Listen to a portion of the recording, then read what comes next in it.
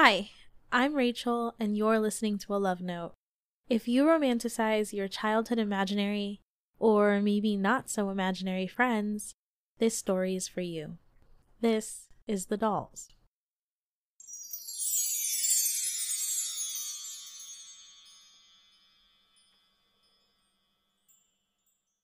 Don't forget this one, sweetie. Open it. Abby's mother pointed to a shiny blue box with a silver bow. It was the last present under the tree. Oh, I hope it's the ice skates I asked for. Her parents exchanged a glance. It was not the ice skates. Nestled inside the shiny box was a pair of dolls. A man and a woman dressed like medieval Vikings in matching forest green woolen tunics, brown pants, and knee-high boots. The man was a couple of inches taller than the woman. He had dusky red hair flowing over his shoulders and bright blue eyes over an unruly beard. The woman's long, sandy blonde hair was braided down to her waist. Her hazel eyes were narrowed in irritation. Both dolls were equipped with real, miniature weapons made of metal and wood. Strapped to the man's back was an unsheathed broadsword about half his size. The length of the blade was carved with an intricate design of interlocking vines and letters in a language Abby couldn't read. The woman had a similarly decorated axe with a short wooden handle strapped to her hip belt and a long dagger holstered to her left thigh. The dolls were impressive. Someone clearly spent a long time getting all the details just right, down to the scars on their hands. But they weren't ice skates. Abby tossed the dolls back in the box and glared at her parents. "What are these for?" "Hey, be careful with those. They're vintage," scolded her mother. "I found them in an antique shop downtown. They're supposed to protect you from evil spirits. The shopkeeper said that they're a perfect pair, perfectly balanced like yin and yang. You have to keep them together always. Together, they can defeat anything. Isn't that sweet?" Her mother rubbed her rounded tummy, then adjusted the dolls so they laid hand in hand. "Maybe they can help with those nightmares you've been having. No need to be scared with these two around, huh?" Abby sighed. "Sure, Mom," and took her presents to her room. She played with the dolls a bit before bed. She had them in an epic fight to the death, but she got tired before the battle was over. The man and his sword ended up strewn on top of her dresser, the woman on the floor beside her bedside table. Abby was on the cusp of sleep when she heard someone whisper yell, "Hey, where are you?" "Over here, by the bed," answered a feminine voice right by Abby's head. Abby's eyes snapped open. She heard some rustling from her dresser and reached over her bedside table to turn on the lamp. Instead of hitting the lamp, her hand knocked something else over. "Ow!" Abby scrambled to turn on the lamp. On top of the bedside table sat the Lady Viking with a hand to her head. She glared up at Abby. That wasn't very nice. Abby gasped. A doll was talking to her. "I'm sure she didn't mean it, love." Abby looked over the edge of the bed. The Viking man smiled and waved up at her from the foot of the table. "Oh my God!" Abby fell over the other side of her bed in her haste to get away. The Viking man climbed up the table to join the woman. He grinned at Abby as he helped the Viking lady to her feet. "Relax, kid. We're the good guys. We're here to save you." "From what?" The woman crossed her arms and raised a brow. "From the evil spirits feeding on your dreams? What else did you think was causing your nightmares?" Abby blinked and blinked some more. Her back was plastered to the wall as far as she could get from this unholy hallucination. Was she already asleep? Maybe this was a new nightmare. She took a step to the door. "I wouldn't do that if I were you," said the Viking man as he scratched his nose and eyed the wall of Funko Pops by her desk. "Why not?" She couldn't believe she was entertaining a conversation with an action figure. What a weird dream. Because now the spirits know we're here to stop them. If you leave this room, they might jump to another host, like your mommy or your daddy. And it's much harder to get evil spirits out of adults. Ugh, they're so stubborn. Abby glanced between the dolls.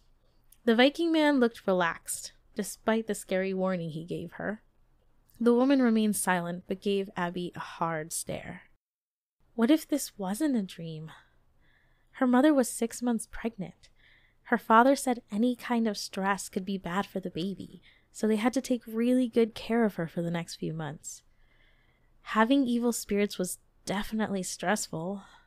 The nightmares were grueling. Abby couldn't remember the last time she slept through the night. She was tired and restless. Her bones ached. Nothing satisfied her anymore. Not even her favorite cheesy mashed potatoes. That had to be because of the evil spirits, right? Well, what do I have to do to get rid of the evil spirits? Nothing. Leave it to us, said the Viking man. The woman snorted. He ignored her and continued. All you have to do is let us into your dreams, and we'll fight them off for you. Let you into my dreams? How do I do that? Easy. He waved a hand through the air. All you gotta do is trust us. If you believe we can protect you, then we can slide right in and save the day. Abby sat on the edge of the bed and thought it over. But how do I know you can protect me? Do you have special powers? How do you fight evil spirits? The Viking man released a disbelieving breath. Huh! You're looking at a talking doll, kid. A Viking! What kind of question is that? Of course we can protect you. He caught the Viking woman's eye before she could look away. Her jaw was clenched. We've got all sorts of powers, none of which we'll need. All we have to do is beat the evil spirits out of you. He mimed chokeholding someone and punching them in the head. Prove it, said Abby with a raised brow.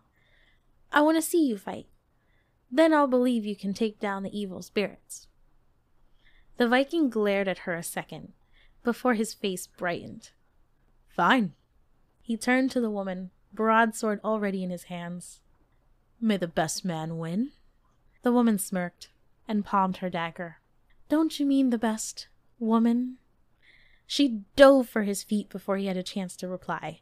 The man jumped back and slashed down his sword. The woman rolled away and kicked the back of his knees. As he fell, she leapt to her feet and almost plunged her dagger in his gut, but the man rolled away at the last minute. He rolled off the bedside table and landed on his feet on the floor. The woman jumped after him. They went back and forth for a few minutes, leaping, slashing, punching, kicking. They were so fast, Abby had trouble keeping up as they flew across the floor. Finally, the man had the woman pinned to the floor. He was looming over her with his broadsword pushing down against her crossed axe and dagger. The sword was a hair's breadth from her face when the woman kicked up and hit him square in the groin. He fell back with a yelp, and then she was on him with her dagger at his throat. Ugh, that was low even for you, he groaned. Do you yield? She growled. Yes, he hissed. The Viking lady let him up and turned back to Abby. Was that good enough? Yes, that was awesome! You were amazing, Abby gushed. The woman smiled for the first time tonight. Great, said the disgruntled Viking man. Can we get this over with?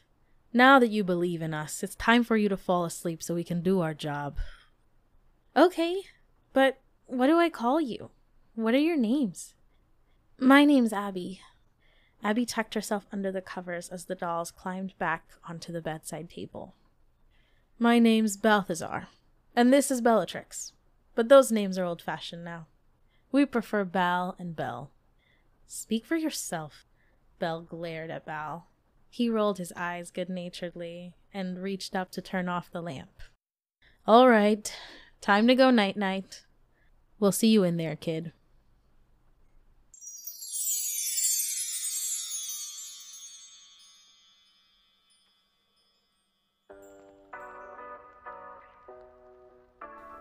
Thank you for listening to this love note. You can find the written version of this note through the link in the show notes at rrondon.com. That's the letter R, another R, then ONDON.com.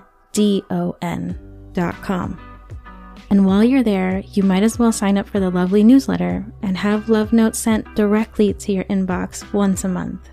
Or don't. You can do whatever you want. I'll be here next week with a fresh love note just for you. Bye.